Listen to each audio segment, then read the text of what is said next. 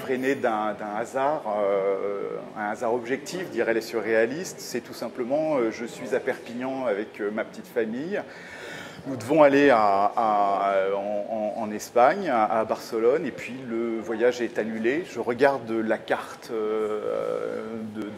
qui entoure Perpignan et je vois le nom de Port-Bou et que j'avais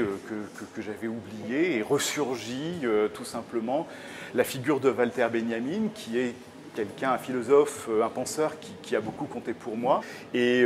ce que le livre va essayer de faire, c'est d'articuler à la fois mon histoire, ma relation propre à ce penseur,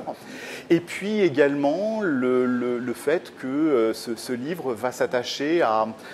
rappeler les dernières années de l'existence de Benjamin, celles qui le conduisent de son exil en 1933 en France, pour l'essentiel, à Paris, et jusqu'à Port-Bou, puisque Walter Benjamin fuyant la France occupée, fuyant à la fois la police française et l'armée allemande, l'armée nazie, Benjamin va réussir à passer en Espagne, mais il va être arrêté et il va décider de se suicider pour échapper au fait d'être remis par les autorités espagnoles à l'armée et à la police française.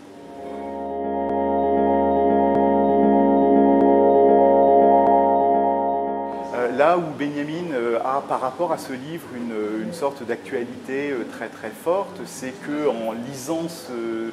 tout un tas de travaux autour de la période historique, autour de Benjamin, tout d'un coup ressurgit la question de l'immigré, la question de l'apatride, la question de la déchéance de nationalité, la question de l'accueil des immigrés en France, qui s'est posée d'une manière absolument criante à la fin des années 30, avant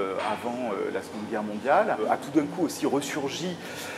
des choses comme les camps d'internement et les camps de concentration qui ont existé en France, et toute une histoire de la France des camps de concentration qui eh bien, ont beaucoup parlé au moment où moi je travaillais sur l'écriture de ce livre, et puis aussi tout simplement parce que Benjamin est quelqu'un qui n'a pas quitté Paris, n'a pas quitté la France parce qu'il veut continuer son œuvre, parce qu'il n'arrive pas à quitter la Bibliothèque nationale où il travaille quotidiennement, parce qu'il pense pouvoir sauver l'Europe par la culture. Et cette dimension-là est aussi une dimension qui me semble éminemment contemporaine et importante pour l'aujourd'hui.